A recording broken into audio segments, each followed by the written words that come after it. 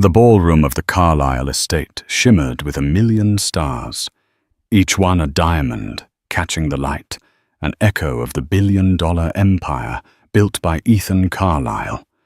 He stood at the center of it all, a man who had everything, including a wife who was little more than a beautiful accessory.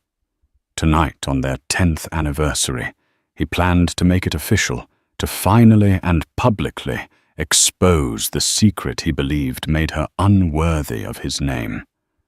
But he failed to account for a single, unassuming figure who would walk through the gilded doors, a man whose arrival would not only shatter Ethan's carefully constructed world, but reveal a truth so profound it would make his entire fortune look like a child's allowance. This isn't a fairy tale. It's a cold, hard lesson in what it means to be truly wealthy. The air inside the Carlisle Hall was thick with the scent of white roses and old money. Chandeliers, each a cascade of crystal and light, hung from the vaulted ceilings, casting a brilliant glow on the hundreds of guests who moved through the vast space with practiced ease. This was more than a party. It was a testament to the power and prestige of Ethan Carlisle. At 45, he was a titan of finance, a self-made man who had turned a small investment firm into a global powerhouse. His success was his identity, and he wore it like a tailored suit, perfectly arrogantly, and without a single wrinkle. He stood by the marble bar, a flute of champagne in his hand, his gaze sweeping the room. He nodded to Vincent Caldwell, a senior partner in his firm, and exchanged a few clipped words with Bridget Montgomery, a well-known socialite whose gossip column was the lifeblood of their circle. Ethan's smile was a professional tool, a flash of teeth that promised affability, but revealed nothing of the cold calculus that governed his mind. Tonight it was all for show. The grand stage was set for their 10th wedding anniversary, and in his mind it was the final act of a performance he had grown to despise. His wife Genevieve was the main attraction tonight, and Ethan felt a familiar surge of resentment as he watched her. She was a vision in a midnight blue silk gown, simple yet elegant, its clean lines belying the immense cost. Her dark hair was swept up, revealing the graceful curve of her neck, and a single string of pearls, a gift from him, sat at her throat. Genevieve moved through the crowd with a quiet grace, her laughter a soft, melodious sound that seemed almost out of place amidst the sharp, brittle chatter of the elite. She spoke to everyone with the same genuine warmth, from the powerful CEO of a tech giant to the young caterer who had just started her job. Ethan's lips thinned. That was the problem with Genevieve. She was an anomaly. She didn't fit. He had met her a decade ago, a beautiful, unassuming young woman working at a small, independent art gallery. He had been enchanted by her sincerity, her lack of pretense, a refreshing contrast to the women who swarmed him. He had convinced himself she was different, that her simple nature was a blank canvas he could mold into the perfect society wife. He had proposed after only 3 months, a whirlwind romance that had left his friends and family reeling. But the years had passed, and the enchantment had faded, replaced by a deep-seated frustration. He had tried everything. He had bought her designer clothes, hired the best stylists and social coaches, and introduced her to his world. Yet she remained Genevieve. She still spent her afternoons volunteering at a community center for children. She still preferred a quiet evening reading to a raucous gala. She still spoke of her family. Her father, a seemingly unremarkable man named Patrick O'Connor, and her late mother with a reverence that Ethan found baffling and embarrassing. Her humble origins, once a charming novelty, had become a source of profound shame for him. He had built his empire on sharp deals and ruthless efficiency. Every aspect of his life was a testament to his ambition, his vision. But Genevieve was a living, breathing symbol of his one great miscalculation. She was a flaw in his otherwise flawless existence, a reminder of a romantic folly he now deeply regretted. And tonight, he would put an end to it. Vincent Caldwell approached him, a man whose loyalty Ethan had bought and whose opinion he valued. "The party is a roaring success, Ethan, a testament to your impeccable taste." "Thank you, Vincent," Ethan replied, his eyes still fixed on his wife. "It's about to get even more interesting." Vincent followed his gaze to Genevieve, a puzzled expression on his face. "Genevieve looks stunning tonight. She's so genuine, a rare commodity in this crowd." Ethan snorted softly, a sound that was half laugh, half contempt. "Genuine or naive? She's the daughter of a man who lives in a glorified shed in the woods, Vincent. I built this empire with grit and cunning. She comes from a world of sentimentality and hand-me-downs. We are two different species." Vincent's face tightened. "That's a bit harsh, isn't it? She's an incredible woman." "She is a liability," Ethan said, his voice dropping to a low, venomous whisper. "She's a testament to the fact that you can't buy class, and you certainly can't manufacture it. The longer she's by my side, the more people whisper about her simple background, about the charming pauper who married the king. I'm a man who deals in perception, Vincent, and her presence, her ordinariness, is a chink in my armor." He took a long sip of his champagne, the cold liquid doing little to soothe the fire of his frustration. He had put on a good front for a decade, but the charade was wearing thin. He had planned this evening meticulously. The speeches, the toasts, the grand declarations, they were all a prelude to the moment he would finally, publicly, and irreversibly detach himself from the woman who had become a symbol of his greatest failure. Genevieve, unaware of the storm brewing in her husband's mind, was now speaking with Bridget Montgomery. Bridget, with her hawk-like gaze and predatory smile, was a master of a different kind of commerce, the trade of secrets and insecurities. Genevieve was smiling, but Ethan could see the subtle strain around her eyes. He knew Bridget was probably prying, asking about her family, her past, all the things that Ethan had tried to bury. He watched as Genevieve answered with quiet dignity, refusing to be baited. His resentment flared. How could she not understand? How could she still hold on to the relics of a life that he had given her, the chance to escape? He had given her wealth, status, a world she could never have imagined. He had transformed her from a girl in a second-hand dress to the wife of one of the most powerful men in the country, and yet she had refused to let go of her humble roots, treating her past not as something to be escaped, but as a cherished part of who she was. It was a silent act of defiance he could no longer tolerate. The hour was approaching. The orchestra had shifted to a more subdued classical melody. The guests had gathered in the main ballroom, their anticipation palpable. Ethan put down his empty glass. He felt a quiet, simmering resolve. Tonight, the whispers would stop. The questions would cease. He would make sure of it. He would expose the truth not just to the world, but to Genevieve herself, a final act of liberation for them both. He would show her that the life he had given her was a gilded cage, and that the key to true freedom was to leave behind the sentimentality of the past and embrace the cold, hard reality of his world. He straightened his tie, a confident, predatory glint in his eyes. The show was about to begin. The crowd settled, a hush falling over the glittering ballroom as Ethan made his way to the podium. Genevieve had been asked to join him, and she stood beside him, her hand resting lightly on his arm, a picture of grace and wifely devotion.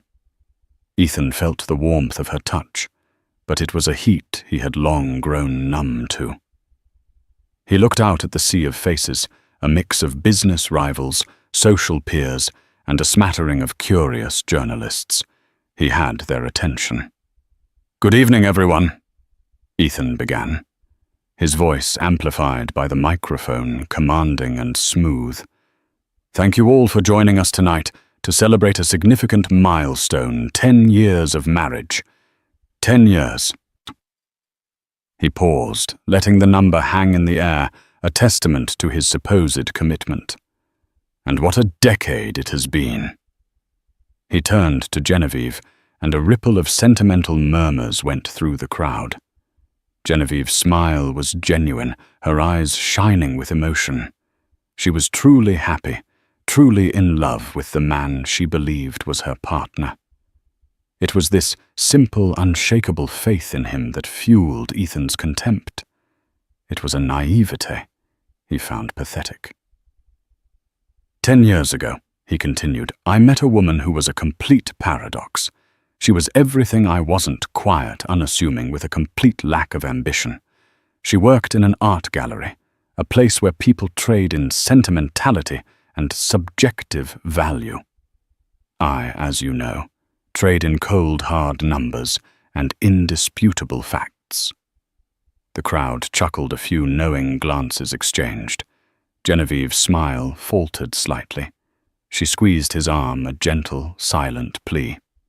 Ethan ignored it. This was his stage, and he was the star. I saw her as a project. I thought I could introduce her to my world, that I could give her the life she never knew she wanted. I brought her out of the quiet, unremarkable town she came from, and into this world of prestige and power. His voice dripped with condescension. I gave her a name, a home, a wardrobe full of clothes that cost more than her father's entire year's salary. The murmurs in the crowd grew louder this time, with a note of unease.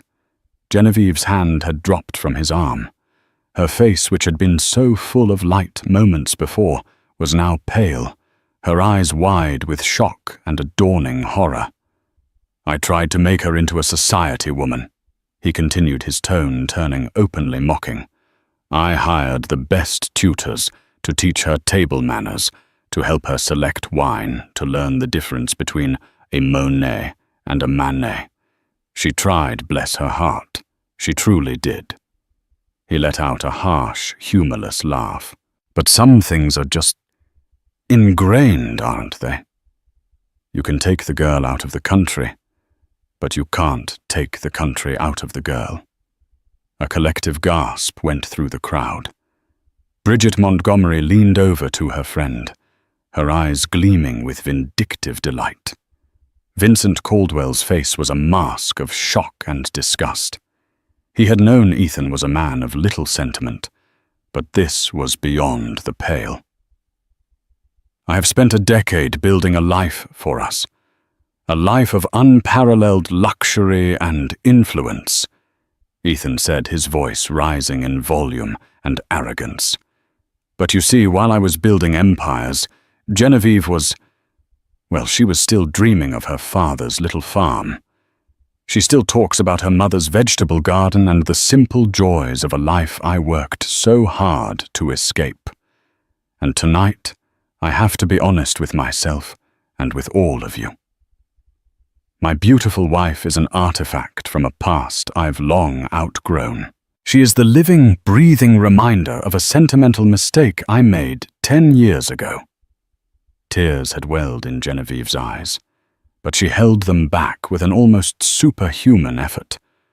Her jaw was clenched, and she stood straight, a warrior facing an impossible foe. The silence that followed Ethan's words was deafening, a vacuum created by 100+ people holding their breath. Ethan looked at her, expecting to see a broken woman. Instead, he he saw a glimmer of steel in her tear-filled eyes. So to my beautiful, my wonderfully simple wife, he said, holding up his glass in a mockery of a toast. Thank you for the 10 years. You have taught me a very valuable lesson that there are some things, some people that no amount of money can ever truly change. He drank from the glass, his eyes fixed on her. The public shaming was complete. The crowd was a blur of horrified, pitying, and even gloating expressions. He had done it. He had freed himself. He was ready to announce their separation, to issue a cold, professional statement that their 10-year experiment had come to an end. Genevieve took a deep, shuddering breath. The spotlight was on her, a harsh, unforgiving glare. The world was watching her crumble. Her humiliation was complete. But just as she was about to turn and walk away, to find a dark corner to hide in a new voice cut through the stunned silence. It wasn't loud, but it had an authority that commanded attention, a quiet resonance that made Ethan's brash pronouncements seem like the bluster of a child.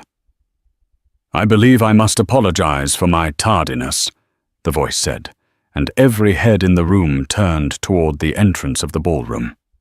A man stood there completely out of place amidst the black tie finery. He wore a simple, well-worn tweed jacket and a pair of trousers that looked a decade old. His face was a map of lines and character, his grey hair a bit disheveled. He was of average height and build, his hands calloused. He looked like a man who worked with his hands, a man from a world utterly alien to the one they inhabited. It was Genevieve's father, Patrick O'Connor. A wave of mortification washed over Ethan. This was the final ironic nail in the coffin of his perfect evening. The very man he had just publicly mocked had arrived, a physical manifestation of everything he had just disparaged. He was the rustic farmer, the simple country bumpkin, the walking embodiment of Genevieve's humble, embarrassing past. Patrick O'Connor walked slowly, deliberately into the center of the room, his eyes scanning the crowd until they landed on his daughter. A soft, pained expression crossed his face as he saw her tear-streaked cheeks. Then his gaze shifted, and it landed on Ethan. And in his eyes there was no anger, no rage, only a deep, profound sense of disappointment. A disappointment that cut Ethan to the bone more effectively than any insult could have. The game had just changed. The grand ballroom moments before a stage for a public spectacle now felt like a holding cell for 100+ stunned onlookers. The air, once filled with the cloying scent of roses, was now heavy with an unspoken question. Who was this man? And why had he appeared at the exact moment of peak drama? Patrick O'Connor continued his slow, measured walk toward the podium. He didn't rush. He didn't make a scene. His presence was a quiet, steady force, a complete contrast to the manic energy Ethan had just radiated. He moved past the hushed and confused guests, his gaze fixed on Genevieve. He took her hand in his, a large, strong hand, with a few scars and calluses that spoke of a life lived with purpose. Genevieve, her face a mixture of shock and relief, clung to him, her composure finally beginning to crack. "Genevieve, my dear," Patrick said, his voice a gentle, low rumble. "I am so sorry I'm late. I got the time zone wrong. The plane landed, and I had to take a taxi to the estate. My apologies to you and your husband for the interruption." He spoke with a quiet politeness that was almost more touring than if he had yelled. Ethan, still standing at the podium, felt a cold sweat form on his brow. The man's simple, direct manner was unnerving. He looked completely unfazed by the opulence, by the hundreds of eyes on him. He wasn't intimidated. He was just there. And his very presence invalidated everything Ethan had just said. "This is a private event," Ethan snapped, his voice tight with humiliation. "I don't know who you are, but you have no business interrupting a private family matter." Genevieve turned to her husband, her eyes wide. "Ethan, this is my father, Patrick. I told you he was coming." Ethan's mind raced. He had dismissed Genevieve's mention of her father's visit. He had assumed Patrick O'Connor was a man who lived a quiet life, a man who wouldn't dare step foot into his son-in-law's world of wealth and prestige. But here he was, and in a single moment he had dismantled Ethan's carefully constructed narrative. Patrick turned his attention to Ethan. He looked him up and down, a calm, assessing gaze that made Ethan feel like a bug under a microscope. "Patrick O'Connor," he said, extending his hand, "and I believe you just publicly humiliated my daughter.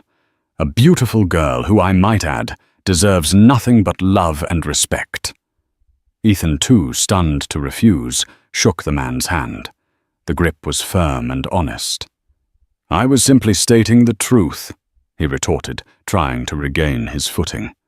"Your daughter is a lovely woman, but we come from two very different worlds. She is not built for this life." Patrick let out a soft, almost pitying chuckle. He looked around the ballroom, taking in the chandeliers, the marble floors, the perfectly dressed guests. "This life?" he said, his voice laced with an irony that was completely lost on Ethan. "A life of fancy parties and speeches full of thinly veiled contempt. That's not a life, son. That's a stage, and a very poorly managed one at that." The whispers in the crowd had ceased. Everyone was hanging on Patrick's every word. Vincent Caldwell looked on with a strange mix of recognition and curiosity. Bridget Montgomery had put away her pen and notepad, her usual predatory smile replaced by an expression of genuine confusion. "I apologize again for interrupting your little performance," Patrick continued, his voice still low and even. "But when a man stands up and talks about my daughter as if she were a piece of property, a project to be molded, I believe I have the right to interject." Ethan's face was a mask of furious red. "You have no right here. Who do you think you are?" "Patrick." O'Connor's lips curved into a slow, knowing smile. He patted Genevieve's hand and looked out at the assembled guests. "It's a fair question," he said. "Who do I think I am? For the past 10 years, I've been content to be known as Genevieve's father.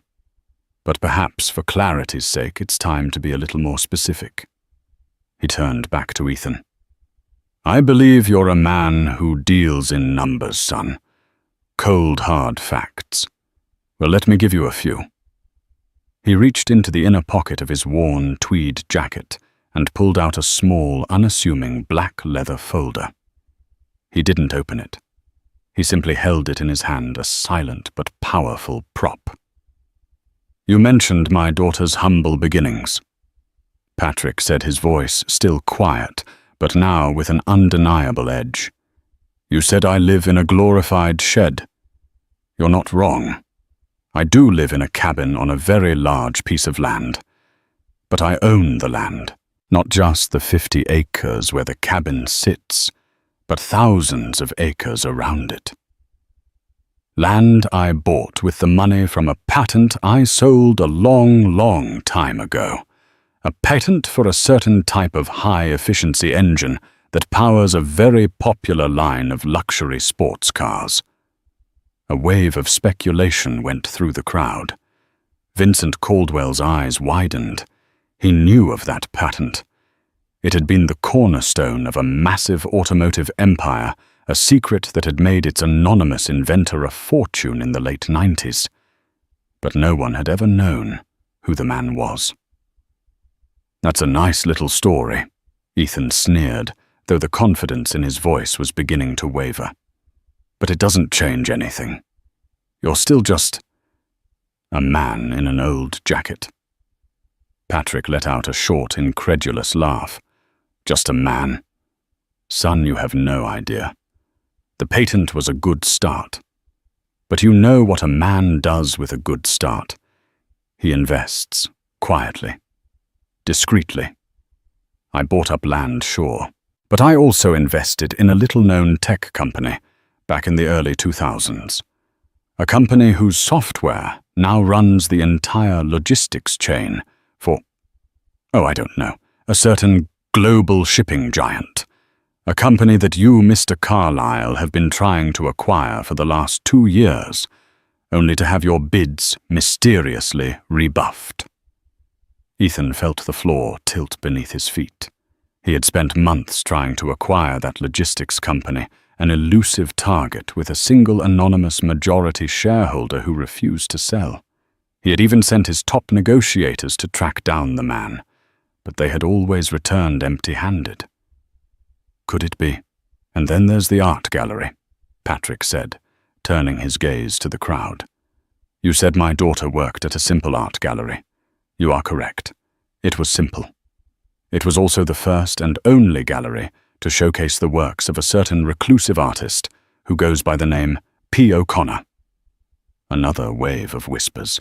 Bridget Montgomery gasped aloud. The name was synonymous with modern art genius.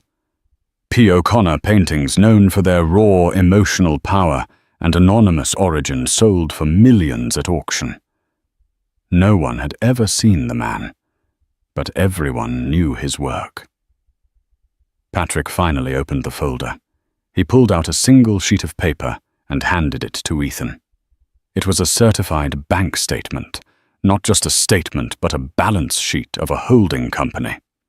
Ethan's eyes scanned the numbers, and the world seemed to stop. The number at the bottom was not in the millions, it was in the tens of billions. The paper crinkled in his hand. He looked at the name on the account, O'Connor Holdings. Patrick. O'Connor took the paper back, folded it neatly, and slipped it back into his pocket. He turned to Genevieve and took her hand again, his voice now gentle and full of love. My daughter's humble beginnings, as you so arrogantly put it, were not born of necessity but of choice. I raised her to know the value of an honest day's work, to understand that true wealth is not measured in dollars, but in character. I have always taught her that a good heart is worth more than $1 billion empire. And she, unlike you, never forgot that lesson. The crowd stared in disbelief. Vincent Caldwell's jaw was on the floor. Bridget Montgomery looked like she had seen a ghost. Ethan Carlyle, the self-made billionaire, was now just a man standing on a stage, his carefully constructed facade of success and power completely and utterly shattered by a man in an old tweed jacket. The humiliation was no longer his to inflict. It was his to bear. And the night was only just getting started. The silence in the ballroom was profound, a physical weight pressing down on every single person. The information Patrick had just dropped was a bombshell that had not only detonated Ethan's carefully planned evening, but had also rewritten the entire social hierarchy of their world. For a decade, Ethan Carlyle had been the undisputed king, a man who had pulled himself up by his bootstraps and built an empire from scratch. Now it seemed his empire wasn't his at all, but a castle built on sand. Ethan's mind was in a state of chaotic disbelief. He looked at Patrick, then at Genevieve, then back at Patrick as if trying to reconcile the simple man standing before him with the multi-billionaire he had just described. The numbers on that bank statement, the companies Patrick had mentioned, it was all real. He had spent countless hours and millions of dollars trying to acquire that elusive logistics firm, a key component to his grand expansion plan. And the anonymous owner, the man he had never been able to find, was his father-in-law. The irony was a bitter taste in his mouth. You are P. O'Connor. Ethan finally managed to stammer his voice a pathetic croak. Patrick smiled. It was a genuine, warm smile, full of a kind of wisdom that Ethan could only pretend to possess. "Among other things," he said, "the art was a hobby. I never cared for the attention. That's why I chose to be anonymous. And the engine patent, well, I was just a young man with an idea. The money was a happy coincidence." He turned to Genevieve, who was still holding his hand, her face a mix of emotions, relief, sorrow, and a quiet, weary resolve. "I gave Genevieve the option," Patrick said, addressing the stunned crowd, his voice still calm and steady. "I could have given her the world. A trust fund, a foundation in her name, a life of effortless luxury. But she chose a different path. She chose to live simply, to work for a cause she believed in, to find her own way in the world. She chose to be a woman of substance, not a woman of spectacle." Ethan felt a suffocating sense of shame. He had been so blind, so consumed by his own arrogance and his obsession with appearances, that he had completely misjudged the woman he had been married to for 10 years. He had seen her lack of ambition as a flaw, her simplicity as a sign of her low status. He had never once considered that it was a choice, a deliberate act of character. "And you, Mr. Carlyle," Patrick said, turning his gaze back to Ethan, the warmth in his voice evaporating, replaced by a cold, razor-sharp edge. "You were meant to be the test. You were a man of the world, a man of power. I thought perhaps he will see her for who she truly is. He will love her for her kindness, her grace, her spirit. Not for what she can be made into, but for what she already is." He shook his head slowly, a profound disappointment etched on his face. "You failed that test, son. You failed spectacularly." The crowd began to buzz the whispers, now a frantic, excited chatter. Vincent Caldwell pushed his way to the front, his face pale. "Mr. O'Connor," he said, his voice a reverent whisper, "my firm has been trying to get in touch with you for months. The logistics company. We had no idea." Patrick nodded. "I'm sure you didn't. I prefer to keep a low profile. I don't need a publicist to tell people who I am. My assets speak for themselves, unlike some." He glanced at Ethan, a flash of pure contempt in his eyes. Now Patrick's gaze was directed solely at Ethan. "You see, son," he said, his voice dropping to a low, intimate tone that nonetheless carried through the silent hall. "You've always believed you are a self-made man, that every dollar you have is a testament to your own genius. But that's where you're wrong." Ethan's heart hammered against his ribs. He felt a deep, primal fear, a fear that he had never known before. What else was there? What else could this man possibly take from him? "Do you know where the original funding for your family's first venture came from, Ethan?" Patrick asked a rhetorical question. "The small loan that saved your father's business from bankruptcy all those years ago. That was a quiet investment I made, an investment in a small company with a promising if unproven model. I did it because your father, God rest his soul, was a good and honest man, a man who always spoke with great pride of his son's ambition." Ethan felt the blood drain from his face. It was impossible. His father had always told him the loan came from a private anonymous benefactor who had been impressed by their business plan. It was the founding myth of the Carlyle Empire, a story of a small, honest business saved by a miracle. And that miracle, it turned out, was his wife's father. And do you know why your company's stock has never crashed, even through 2 major market downturns? Patrick continued, his voice relentless. "Because I've been a quiet, discreet majority shareholder in your firm For years, propping up your stock prices, making sure your empire never crumbled. I did it for Genevieve's sake. I wanted to protect her and her future, just in case you in your arrogance ran your company into the ground. The final blow. Ethan's legs felt weak. His entire life, his entire fortune, his entire identity as a self-made man was a lie. He was not a titan of industry. He was a protégé, a puppet on a string, a man whose success had been quietly and secretly engineered by the very man he had just publicly humiliated. Genevieve, her hand still in her father's, looked at her husband with a mixture of pity and sorrow. She had always known. She had known that her father, a man of quiet substance, had been the silent force behind Ethan's public spectacle.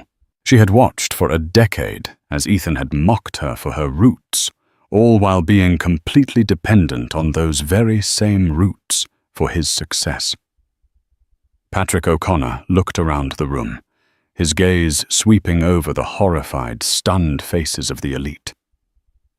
"Now," he said, his voice ringing with a newfound authority, "who's the simple one? The one who lives by his word and his deeds, or the one who built a house of cards and had the audacity to call it a mansion?"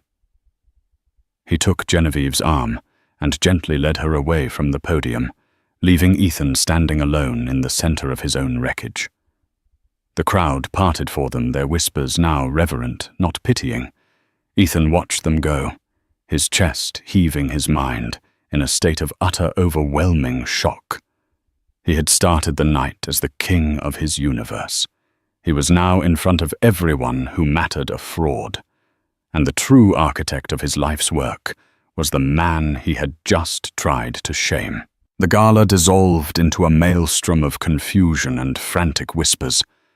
Guests began to leave in a hurry, their faces a mixture of shock, embarrassment, and a certain ghoulish fascination.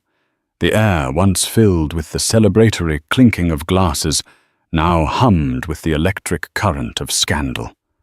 Vincent Caldwell, looking like he had just witnessed a ghost, approached Ethan, but Ethan waved him away. His mind was a white-hot furnace of denial and panic. He had to get out of there. He had to be alone. He walked off the stage, his steps unsteady, his carefully maintained composure gone. He moved through the thinning crowd like a phantom, oblivious to the stares, the pitying looks, the hushed conversations. He didn't stop until he reached his private study, a room he had always considered his sanctuary. He slammed the heavy oak door shut and locked it, plunging the room into a deep, disquieting silence. He stared at the objects in the room, symbols of his success. The signed first edition of a financial treatise, the model of a yacht. He was building a photograph of him on the cover of a magazine, a title blaring Ethan Carlyle, The Midas Touch. He had always believed in the truth of that title. He had always believed he could turn anything he touched into gold. But tonight, that belief had been brutally, publicly, and irrevocably shattered. The Midas touch wasn't his. It was Patrick's. All of it. The original seed money, the quiet protection of his stock, the unobtainable logistics company that would have been the jewel in his crown. It was all under the control of the man he had dismissed as a simple country farmer. The irony was a poison in his veins. He had shamed his wife for her humble background, never realizing that her roots were not a source of poverty, but a fountain of unimaginable wealth and quiet power. He had been a fool, an arrogant, short-sighted, and pathetic fool. A knock on the door jolted him. "Ethan, it's me. Vincent." Ethan ignored him. He didn't want to see anyone. He wanted to disappear. He walked to the window and stared out at the sprawling, perfectly manicured grounds. All of it was a lie. His success was an illusion, a magnificent facade built on a foundation he had never even known existed.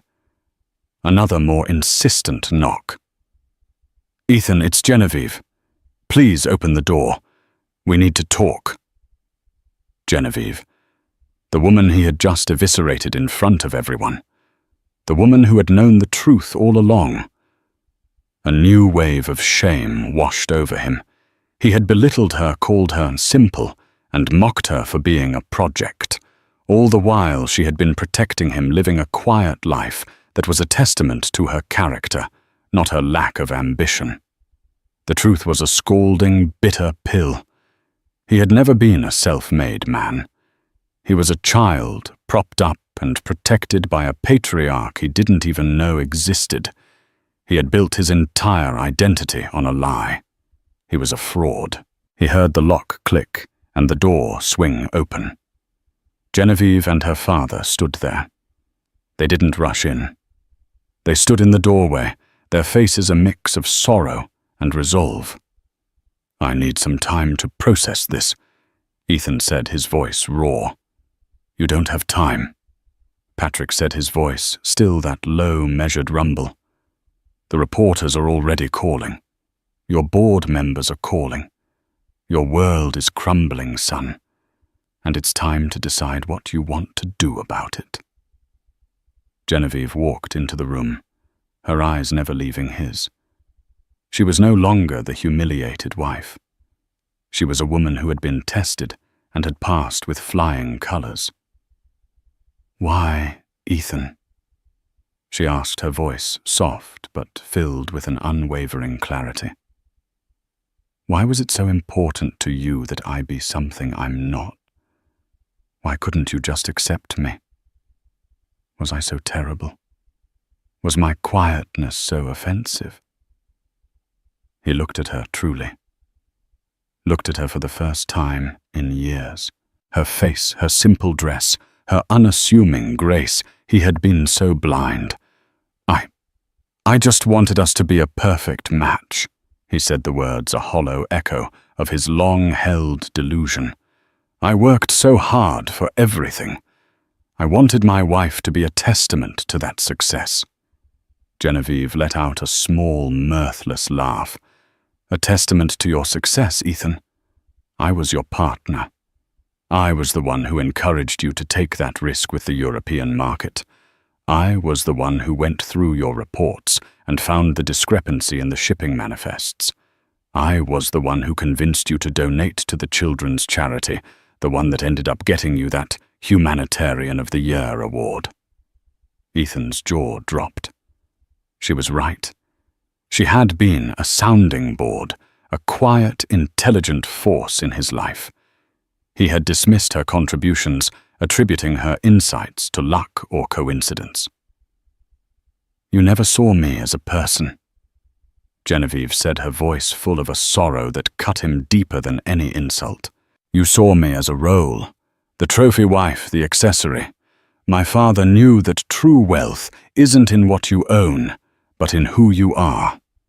He gave me the choice to live that truth.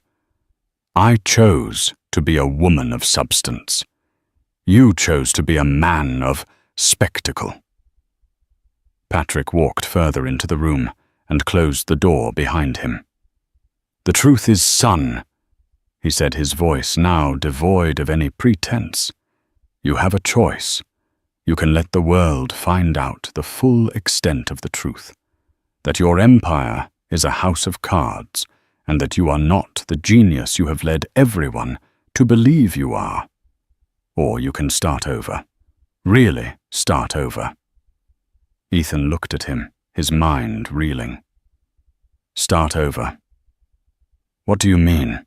"I'll sell you the logistics company," Patrick said, a glint in his eye, "at a fair market price, and I will keep my role as a silent investor in your firm. But there are conditions."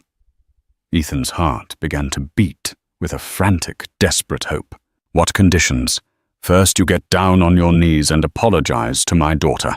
Sincerely, not for public show, but from the depths of your soul. You have to earn back her respect, not with money, but with genuine remorse." Ethan looked at Genevieve, his eyes full of a plea for forgiveness. She simply watched him, a silent, unblinking witness to his downfall. "Second," Patrick continued, "you will work for me, for a year. You will not be Ethan Carlyle, CEO. You will be an associate. You will work on the ground in the field. You will learn what it means to build something with your own two hands, with integrity and hard work. You will learn the difference between a real asset and a paper asset." Ethan's head snapped up. "Work for you? You're a farmer and a painter." Patrick let out a genuine, booming laugh. "And an engineer, a tech investor, a real estate mogul, and a man who knows the value of an honest dollar. Don't be fooled by the tweed jacket, son. It's a lot warmer than a hollow suit. You will work for me, and you will learn to be a man of substance. And if you pass my test, if you prove that you have a character worth a damn, then we can talk about the future. For you and for my daughter." He looked at Genevieve, a silent question in his eyes. She nodded slowly. This was her decision, her quiet path to redemption for a decade of public ridicule. Ethan looked from Patrick to Genevieve, and for the first time he saw them not as his wife and his father-in-law, but as two powerful, unwavering forces. He saw the truth, the whole unvarnished truth.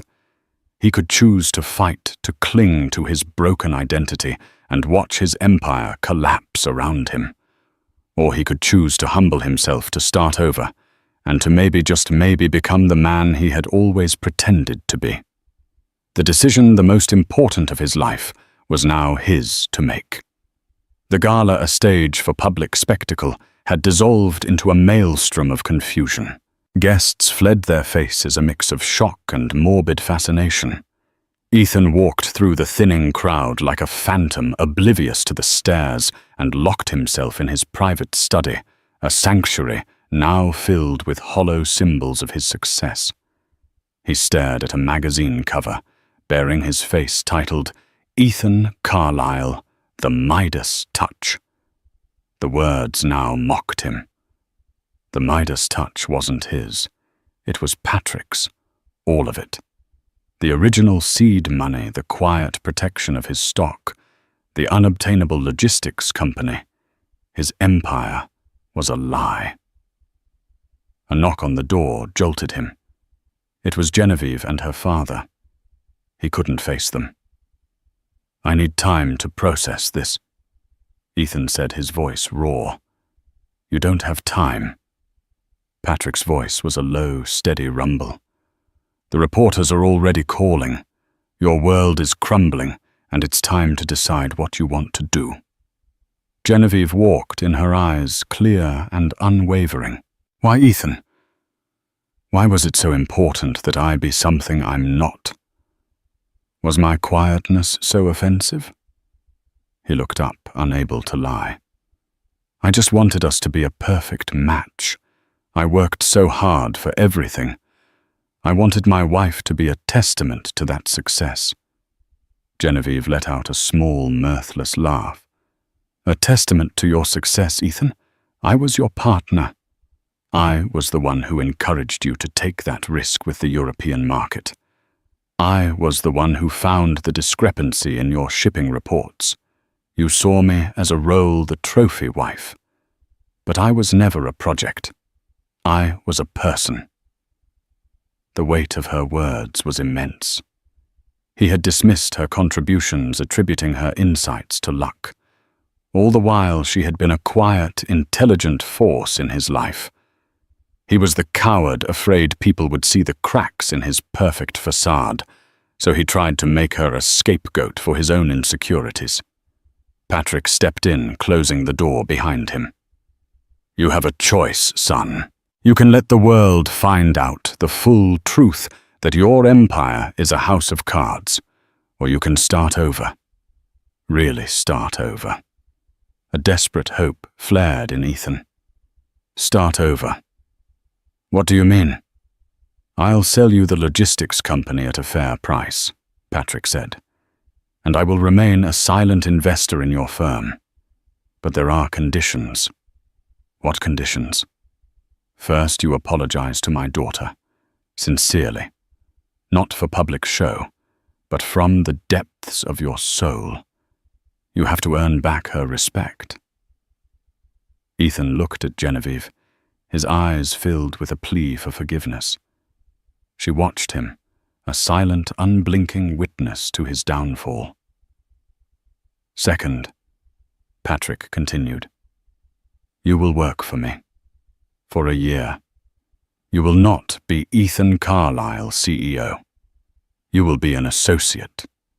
You will learn to build something with your own two hands, with integrity and hard work. You will learn the difference between a real asset and a paper asset." Ethan's head snapped up. "Work for you. A farmer and a painter." Patrick laughed, a genuine, booming sound. "And an engineer, a tech investor, a real estate mogul. Don't be fooled by the tweed jacket, son. It's a lot warmer than a hollow suit. You will work for me, and you will learn to be a man of substance. And if you pass my test, we can talk about the future." He looked at Genevieve, and she nodded slowly. This was her decision, her path to redemption, for a decade of ridicule. Ethan looked from Patrick to Genevieve, finally seeing them as two powerful, unwavering forces. He could fight, cling to his broken identity, and watch his empire collapse. Or he could humble himself, start over, and perhaps become the man he had always pretended to be. He had no choice. "I understand, sir," Ethan said. "Good. The car is leaving at dawn. Be ready." Patrick left, leaving Ethan and Genevieve alone. The silence was different now. It was no longer a chasm, but a bridge. Ethan walked over to Genevieve, not touching her. He just stood looking at her, seeing her for the first time as the person she truly was. A woman of immense strength and grace. He had spent a decade looking for a trophy, and had failed to see the treasure he had already found. "I have a lot to make up for," Ethan said, his voice laced with newfound humility. "I hope you can find it in your heart to forgive me. Someday." Genevieve gave a small, sad smile. "Forgiveness is a journey, Ethan. We'll see where it leads." She walked to the other side of the room, preparing for the long night. Ethan stood there, looking at the woman he had wronged, who had always been a rock in the storm he created. He had lost everything, but in that loss he had a chance to find something infinitely more valuable. The journey had just begun. The first few months were a brutal lesson in humility for Ethan Carlyle. The man who had lived his life in designer suits now wore jeans and work boots. He traded his private jet for a beat-up Ford pickup and his mahogany desk for a plot of land with his father-in-law, Patrick. Ethan's days were now spent in physical labor, his hands covered in calluses, his body aching from work he had never known. He was no longer a CEO. He was an apprentice, learning the true value of a tree of the land and of the people who worked it. Patrick. The man Ethan had once dismissed as a simple farmer was a master teacher. He didn't just teach Ethan about timber and land management. He taught him about life. He spoke of integrity, of earning respect, and of the quiet satisfaction of seeing a tangible result of his own labor. Ethan's home was no longer the silent, lonely suite, but a rustic cabin with a wood-burning fireplace. He and Genevieve spoke every night, their conversations shifting from business to the small details of their lives. He would tell her about the satisfaction of felling a difficult tree, and she would tell him about her work at the community center. He was finally talking to her as a person, not as a symbol. He was beginning to fall in love with her all over again, not with the idea of her, but with the reality of who she was. After 6 months, Patrick brought him to a modest old office building.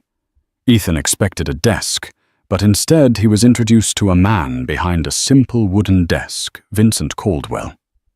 "Vincent," Ethan said, stunned. "What are you doing here?" Vincent shook his hand. "Patrick offered me a partnership. Turns out he has a few more assets than I thought." He gestured to a whiteboard covered in names of companies Ethan had tried and failed to acquire over the years. Companies that had mysteriously and repeatedly rebuffed his offers. Patrick had been the owner all along. The man he had mocked was a business genius of a completely different order. Patrick built things grew, things invested in things that mattered. He wasn't a spectacle. He was a force of nature. A full, grueling, humbling year passed. Ethan had worked harder than he ever had in his life. He had learned the true value of an honest dollar, a word, and a handshake. The arrogance had been replaced by a quiet confidence. The hollowness had been filled with a genuine purpose. On the anniversary of his test, Patrick and Genevieve came to the cabin. Genevieve was in a simple dress, her hair in a single braid. She looked more beautiful to him now than she ever had in all the diamonds and silk of their previous life. "You've earned my respect, son," Patrick said, a rare warmth in his voice. "And my trust." He handed Ethan a manila folder. "This is a contract, a partnership, and a marriage license." Ethan looked at the documents, his heart pounding. The partnership was a new venture, combining his business acumen with Patrick's wisdom. The marriage license was a promise of a new beginning, a chance for him to truly marry Genevieve, not for her appearance, but for her character. Ethan turned to Genevieve, his eyes filled with a new love and deep respect. He didn't need a public statement or a grand gesture. He just needed to be a man worthy of her. "Genevieve," he said, his voice thick with emotion, "I spent a decade trying to turn you into something you're not, and I almost lost the best thing that ever happened to me. I'm not the man you married, but I'm going to spend the rest of my life trying to be the man you deserve." Genevieve's eyes filled with tears, and she walked into his arms, a quiet act of forgiveness, more powerful than any public declaration.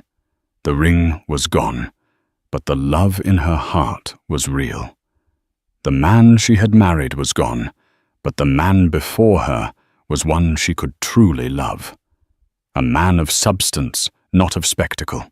The quiet, broken billionaire had finally found what he was looking for, not in the money he had always chased, but in the love he had almost lost forever.